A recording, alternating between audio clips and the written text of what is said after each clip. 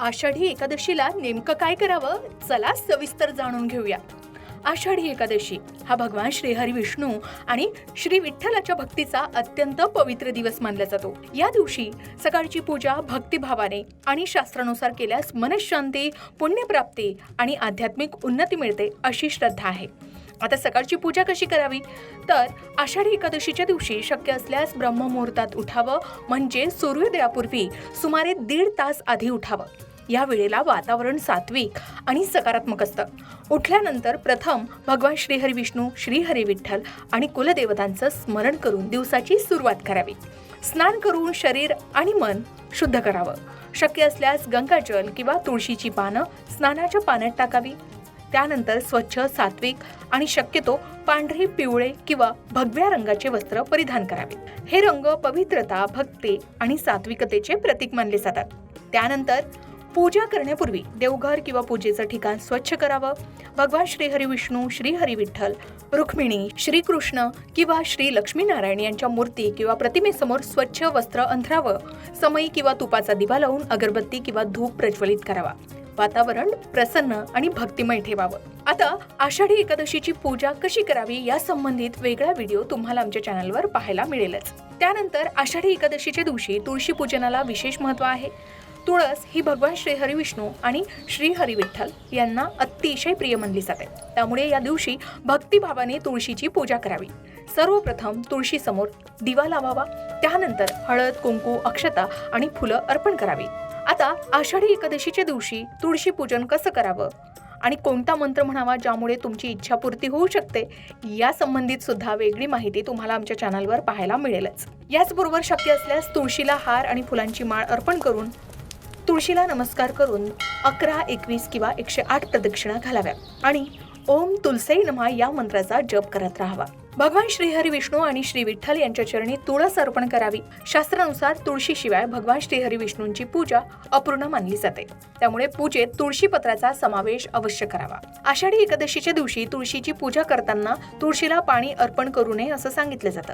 कारण अनेक परंपरांनुसार तुळशीलाही एकादशीचा उपवास असतो, म्हणून एकादशीला पाणी घालणं टाळावं असंही सांगितलं जातं. त्यामुळे या दिवशी हळद, कुंकू, फुलं, प्रदक्षिणा आणि नमस्कार करूनही तुळशी पूजन केलं तरी ते पूर्ण मानलं जातं.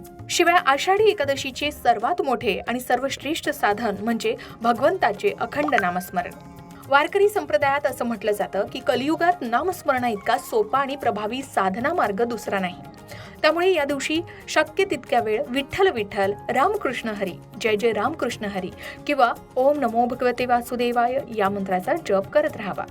नामस्मरण करण्यासाठी एखाद्या विशिष्ट ठिकाणी बसावं असं आवश्यक नाही. घरातील कामं करताना, स्वयंपाक करताना, कार्यालयात जाताना, प्रवासात, चालताना किंवा मोकळ्या वेळेतही मनात सतत भगवंताचं नाव घ्यावं. वारकरी संतांनी सांगितलंय की हाताने काम आणि मुखाने नाम हा जीवनाचा सर्वोत्तम मार्ग आहे. आषाढी एकादशीच्या दिवशी शक्य असल्यास कुटुंबासह हरिपाठ म्हणावा, विठ्ठलाचे अभंग गावे, भजन कीर्तनात सहभागी व्हावे किंवा घरातच भक्तिगीते लावून भक्तिमय वातावरण निर्माण करावं. संत तुकाराम महाराज, संत ज्ञानेश्वर महाराज, संत नामदेव महाराज आणि इतर संतांच्या अभंगांचे श्रवण आणि पठण करणं या दिवशी अत्यंत पुण्यदायी मानले जातं. नामस्मरण करताना फक्त ओठांनी मंत्र म्हणणं पुरेसं नाही, तर मन, वाणी, भावनेने भगवंताशी एकरूप होण्याचा प्रयत्न करावा. श्रद्धा, प्रेम आणि समर्पणाने घेतलेले एकच विठ्ठल हे नावही भगवंतापर्यंत पोहोचते अशी वारकरी परंपरेची श्रद्धा आहे. दिवसभर शक्य तितके राग, मत्सर, वादविवाद, निंदा, अपशब्द आणि नकारात्मक विचार टाळावेत. त्याऐवजी प्रेम, दया, क्षमा, सेवा आणि सद्वर्तन यांचा स्वीकार करावा. कारण केवळ जप करणंच नव्हे तर सात्विक आचरण राखणं हेही नामस्मरणाचा एक महत्त्वाचा भाग आहे. वारकरी परंपरेनुसार नाम हेच रूप, नाम हेच ध्यान आणि नाम हेच मोक्षाचं साधन मानलं जातं. त्यामुळे आषाढी एकादशीच्या दिवशी प्रत्येक श्वासागणी श्री विठ्ठलाचं नाम घेत राहावं. असे भक्तिभावाने केलेले नामस्मरण मनाला शांतता, जीवनात सकारात्मकता आणि भगवंताच्या कृपेचा अनुभव देणारे मानले जाते. असे अनुभव तुम्हालाही आले असतील तर कमेंट करून नक्की शेअर करा. आता आषाढी एकादशीच्या दिवशी धार्मिक ग्रंथांचं वाचन करणं अत्यंत पुण्यदायी मानले जातं. शक्य असल्यास आपण विष्णू सहस्त्रनाम, भगवद्गीतेचा 15वा अध्याय जो पुरुषोत्तम योग आहे. याही व्यतिरिक्त हरिपाठ, श्री ज्ञानेश्वरीतील निवडक ओव्या, संत तुकाराम, संत नामदेव, संत एकनाथ किंवा संत चोखामेळा यांच्या अभंगांचं पठण करावं. ग्रंथ वाचण्यापूर्वी भगवान श्री विठ्ठलाचं स्मरण करून शांत मनानं बसावं. घाईघाईने वाचन करण्यापेक्षा प्रत्येक श्लोक, ओवी किंवा अभंगांचा अर्थ समजून घेण्याचा प्रयत्न करावा. शक्य असल्यास कुटुंबातील सर्वांनी एकत्र बसून वाचन करावं आणि त्यावर थोडं चिंतनही करावं. आता आषाढी एकादशीला सर्वात महत्त्वाचा असतो तो नैवेद्य.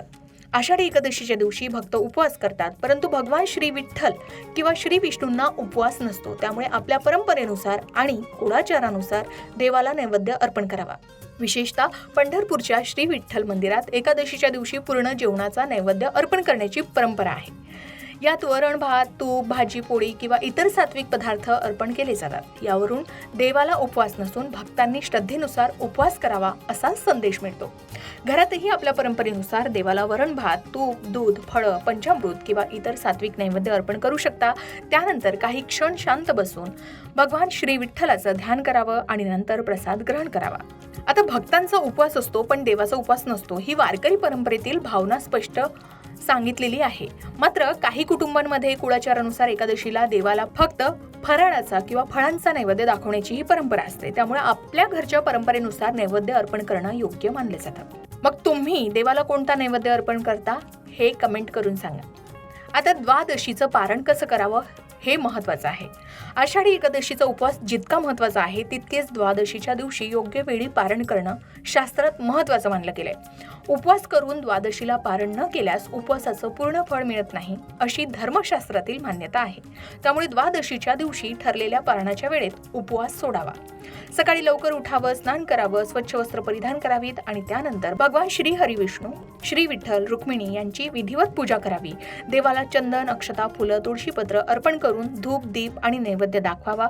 शक्य असल्यास ओम नमो भगवते वासुदेवाय या मंत्राचा जप करावा आणि विष्णू सहस्त्रनाम, हरिपाठ अथवा काही अभंगांचं पठण करावं. पूजा पूर्ण झाल्यानंतर नैवेद्य अर्पण करून प्रसाद घ्यावा. त्यानंतर तुळशीचं एक पान किंवा तुळशीयुक्त तीर्थ ग्रहण करून पारणाची सुरुवात करावी. तुळशी भगवान श्री हरिविष्णूंना अत्यंत प्रिय असल्यामुळे तुळशी ग्रहण करून उपवास सोडणं हेही शुभ मानलं जातं. मात्र हे काही परंपरांमध्येच पाळलं जातं. आपापल्या प्रथा परंपरेनुसार आपण उपवास सोडू शकता. त्यानंतर सात्विक भोजन करून उपवास सोडावा. पारण्याच्या भोजनात वरण, भात, तूप, भाजी, पोळी, खीर किंवा इतर सात्विक पदार्थ घेतले जाऊ शकतात. काही ठिकाणी प्रथम गोड पदार्थ किंवा पंचामृत ग्रहण करून नंतर भोजन करण्याची ही परंपरा आहे. आपल्या कुळाचाराप्रमाणे आणि घरच्या परंपरेनुसार पारण करावं. द्वादशीच्या दिवशी शक्य असल्यास दान करावं. गरजूंना अन्नदान करावं. गायींना चारा, पक्ष्यांना धान्य किंवा गरजूंना अन्न, वस्त्र दान केल्यास त्याला विशेष पुण्यकारक मानलं जातं. आता आषाढी एकादशीच्या दिवशी सकाळची पूजा ही फक्त एक धार्मिक विधी नाही, तर तो आपलं शरीर, मन आणि आत्मा शुद्ध करून भगवान श्री विठ्ठलाच्या चरणी स्वतःला समर्पित करण्याचा पवित्र संकल्प मानला गेलाय. श्रद्धा, भक्ती, नामस्मरण आणि सात्विक आचरण यांसह केलेली पूजा भगवान श्री हरिविष्णू आणि श्री विठ्ठलाची कृपा प्राप्त करून देते अशी वारकरी परंपरेची श्रद्धा आहे. मंडळी, आषाढी एकादशी आपल्याला एकच संदेश देते की अहंकार सोडा, सर्वांशी प्रेमानं वागा आणि विठ्ठल चरणी पूर्ण श्रद्धेने समर्पित व्हा. तुम्हा सर्वांना आणि तुमच्या सर्व कुटुंबाला लोकमत भक्तीकडून आषाढी एकादशीच्या मनापासून खूप खूप शुभेच्छा. विठुराया तुमच्या सर्व चांगल्या मनोकामना पूर्ण करो हीच प्रार्थना. बोला श्री पांडुरंग हरी. अशाच प्रकारच्या माहितीपूर्ण व्हिडिओसाठी लोकमत भक्ती चॅनलला नक्की सबस्क्राईब करा आणि बेल आयकॉनला क्लिक करा, म्हणजे आमच्या नवनवीन व्हिडिओचं नोटिफिकेशन तुम्हाला मिळत राहील. तसेच योग्य आध्यात्मिक मार्गदर्शनासाठी लोकमत भक्तीच्या फेसबुक पेज आणि इन्स्टा पेजला लाईक आणि फॉलो करायला विसरू नका.